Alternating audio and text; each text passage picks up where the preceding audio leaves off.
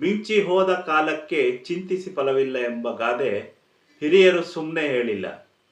ಅದನ್ನು ಅರ್ಥ ಮಾಡಿಕೊಂಡು ನಾವು ಬದುಕಬೇಕು. ಹಾಗಂತ ಮಾಡಬಾರ್ದೆಲ್ಲ ಮಾಡಿ ಚಿಂತಿಸಿ ಫಲವಿಲ್ಲ ಅನ್ನೋದಲ್ಲ.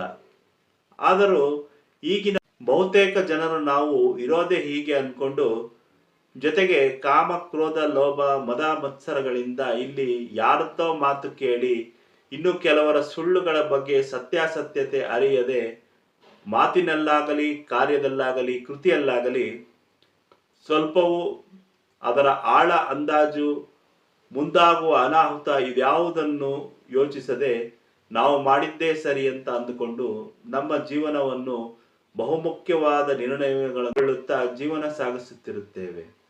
ಒಂದು ಸಮಯ ಎಲ್ಲವೂ ಚೆನ್ನಾಗಿರುತ್ತದೆ, ಎಲ್ಲವೂ ಸರಿ ಎನಿಸುತ್ತಿರುತ್ತದೆ.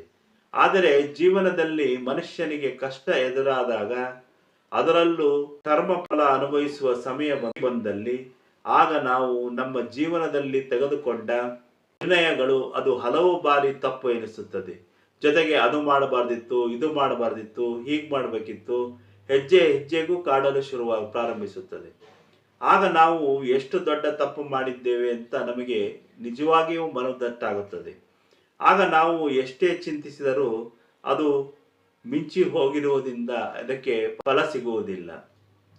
ಹೀಗೆ ಹಿಂದೆ ಹಿರಿಯರು ವರ್ಗ ಅಂದರೆ ಕಾಮ ಕ್ರೋಧ ಲೋಭ ಮದ ಮಾತ್ಸರ್ಯ ಮೋಹ ಇವುಗಳನ್ನು ನಿಯಂತ್ರಣದಲ್ಲಿಡಿ ಎನ್ನುತ್ತಿದ್ದರು.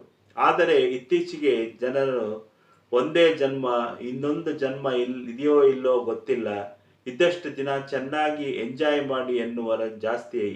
ಇದರಿಂದ ಪ್ರಭಾವಕ್ಕೊಳಗಾಗಿ ಅರಿಷಡ್ವರ್ಗ ನಿಯಂತ್ರಿಸಿ ಮನಸ್ಸು ಹತೋಟಿಯಲ್ಲಿಟ್ಟುಕೊಳ್ಳಲು ಪ್ರಯತ್ನಿಸದೆ ಇರುವುದು ಎಂಬುದು ನನ್ನ ಒಂದು ಭಾವನೆ.